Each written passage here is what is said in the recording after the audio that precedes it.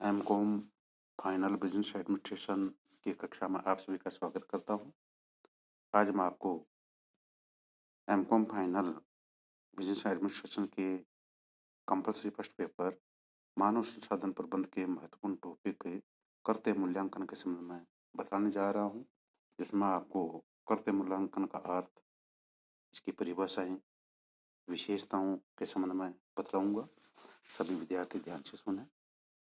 प्रिय विद्यार्थियों, करते मूल्यांकन से आशय एक व्यवस्थित विधि या प्रक्रिया से है जिसके द्वारा अन्य संबंधित कर्तव्यों की तुलना में किसी कर्तव्य का मूल्यांकन किया जाता है। बृहत आकार की व्यावसायिक संस्थाओं में अनेक कार्य या कर्तव्य ऐसे होते हैं जिनका निष्पादन विभिन्न व्यक्तियों द्वारा किया जाता है। ऐसी स्थिति में प्रत्येक कार्य का मूल्यांकन करना इसलिए आवश्यक हो जाता है कि उस कार्य को संपन्न करने वाले व्यक्ति के क्षतिपूर्ण का निर्धारण किया जा सके। इस प्रकार किसी कार्य का मुद्रा के संदर्भ में अन्य कार्यों की तुलना में क्या क्षतिपूर्ण होना चाहिए, इसके निर्धारण की विधियां प्रक्रिया ही कर्तव्य मूल्यांकन कहलाती है। इसी आधार पर हमें यह सुनाई देता है कि राम को मोहन से अधिक क्षतिपूर्ण मिलना चाहिए क्योंकि राम के कार्य में मोहन के कार्य की तुलना में अधिक शारीरिक श्रम या अधिक बुद्धि की आवश्यकता होती है। इसी तरह कभी कभी यह भी सुनने को मिलता है कि कोयले की खान में कार्य करने वाले व्यक्ति को एक गली में सफाई करने वाले व्यक्ति से, एक हवाई जहाज के चालक को एक कार चालक से और एक प्राध्यापक को एक अध्यापक से अधिक क्षतिपूर्ण मिलना चाहिए। इस प्रकार ये सभी उदाहरण संबंधित कार्यों की तुलना में किसी कार्य का मूल्यांकन करके संबंधित व्यक्ति के क्षतिपूर्ण के निर्धारण पर बल देते हैं। अब हम इसकी परिभाषाओं की तरफ बढ़ते हैं। कर्तव्य मूल्यांकन की एक परिभाषा प्रसिद्ध प्रबंध शास्त्री जॉन ए सुबिन ने दी है। उनके अनुसार कर्तव्य मूल्यांकन मजदूरी और वेतन अंतरों के निर्धारण के उद्देश्य से धंधों का उनके सामान्य घटकों के आधार पर सापेक्षिक मूल्य और महत्व के मापन की एक व्यवस्थित पद्धति है। कर्तव्य मूल्यांकन धंधे से संबंधित है, कर्मचारी द्वारा धारण किए गए पद से नहीं।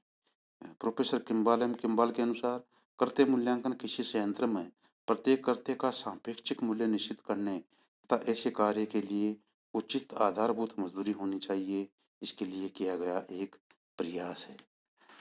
उपरोक्त परिभाषाओं के आधार पर कर्तव्य मूल्यांकन की अनेक विशेषताएं उभर कर सामने आती हैं, जिनमें प्रमुख है कर्तव्य मूल्यांकन एक कर्तव्य का मूल्यांकन है, मनुष्य का नहीं। सेकंड, कर्तव्य मूल्यांकन कर्तव्य के लिए कर्मचारियों को दिए जाने वाले क्षतिपूर्ण का आधार निश्चित करता है। थर्ड, कर्तव्य मूल्यांकन कर्तव्य विश्लेषण का अनुसरण करता है, जिसके माध्यम से प्रत्येक कर्तव्य के संबंध में आवश्यक आंकड़े प्राप्त होते हैं। नेक्स्ट, कर्तव्य मूल्यांकन का संगठन के क्षतिपूर्ण ढांचे के निर्धारण में प्रयोग किया जाता है। एडविन बी फिलिपो के अनुसार कर्तव्य मूल्यांकन मजदूरी एवं वेतन के निर्धारण की प्रक्रिया का वैज्ञानिक के स्थान पर व्यवस्थित ढंग है। नेक्स्ट, कर्तव्य मूल्यांकन एक विशिष्ट कार्मिक के सामान्य निष्पादन के बारे में अनुमान लगाता है। और लास्ट की विशेषता है, इसमें एक कर्तव्य की अन्य कर्तव्यों से तुलना एवं तथा श्रेणियन का अंकन किया जाता है। अब प्रश्न उत्पन्न होता है कि कर्तव्य मूल्यांकन क्यों किया जाता है, इसके क्या उद्देश्य हैं, किन उद्देश्यों को प्राप्त करने के लिए कर्तव्य मूल्यांकन किया जाता है। फिलिपो ने अपनी पुस्तक प्रिंसिपल ऑफ पर्सनल मैनेजमेंट में लिखा है कि कर्तव्य मूल्यांकन प्रक्रिया का मुख्य उद्देश्य मजदूरी और वेतन में आंतरिक एवं बाहरी अनुकूलता प्राप्त करना है। अंतर्राष्ट्रीय श्रम संगठन द्वारा किए गए एक अध्ययन के अनुसार कर्तव्य मूल्यांकन के दो प्रमुख उद्देश्य हैं। प्रथम, विवेकपूर्ण तथ्यों के आधार पर कार्य का सापेक्षिक मूल्य निर्धारित करना और द्वितीय, समान स्तर पर समान कर्तव्यों के लिए मजदूरी का निर्धारण करना। लाउडन एवं न्यूटन के अनुसार कर्तव्य मूल्यांकन के प्रमुख उद्देश्य निम्नलिखित हैं। प्रथम, संयंत्र के प्रत्येक कार्य का सही एवं अव्यक्तिगत विवरण प्राप्त करना एवं उनका अनुरक्षण करना।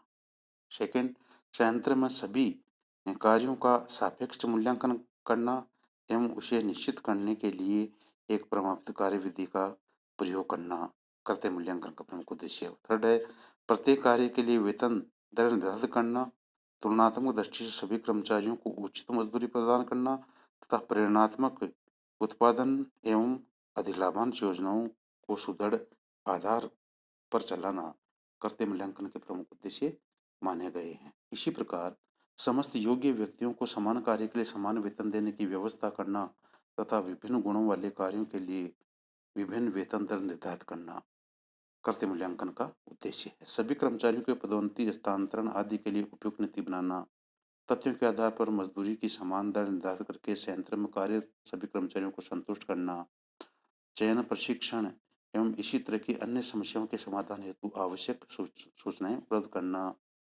कार्य में परिवर्तन होने पर कार्यक्रम में परिवर्तन के लिए आवश्यक विधि तैयार करना, ये सारे कर्तव्य मूल्यांकन के प्रमुख उद्देश्य माने गए हैं। और कई भी उद्देश्य हो सकते हैं जिनमें जैसे प्रत्येक कर्तव्य का अन्य कर्तव्यों के संबंध में मूल्यांकन करना, प्रत्येक कार्य के लिए न्यायोचित वेतन एवं मजदूरी का निर्धारण करना, वेतन एवं मजदूरी में व्याप्त असमानताओं को दूर करना, कर्मचारियों के आपसी मतभेदों का निपटारा करना, सभी कर्मचारियों के विकास के लिए विचार करना, कर्मचारियों की पदोन्नति की रेखाएं निर्धारित करने हेतु आवश्यक सूचनाएं प्रदान करना, वेतन एवं मजदूरी प्रशासन के लिए एक व्यापक एवं निश्चित योजना तैयार करना, कर्मचारियों के आवागमन टर्नओवर में कमी करना, मजदूरी स्तरों में प्रमाणीकरण को प्रभावशाली बनाना, नवीन कार्यों का सापेक्ष मूल्य ज्ञात करना, कर्मचारियों के मनोबल का विकास करना, ये सारे अ, उद्देश्य कर्तव्य मूल्यांकन के प्रमुख उद्देश्य माने गए हैं। प्रिय विद्यार्थियों, मैंने आज आपको कर्तव्य मूल्यांकन का अर्थ, परिभाषाएं, इसकी विशेषताएं तथा इसके उद्देश्यों के बारे में बतलाया। आप सभी ने ध्यान से सुना, इसके लिए बहुत बहुत धन्यवाद।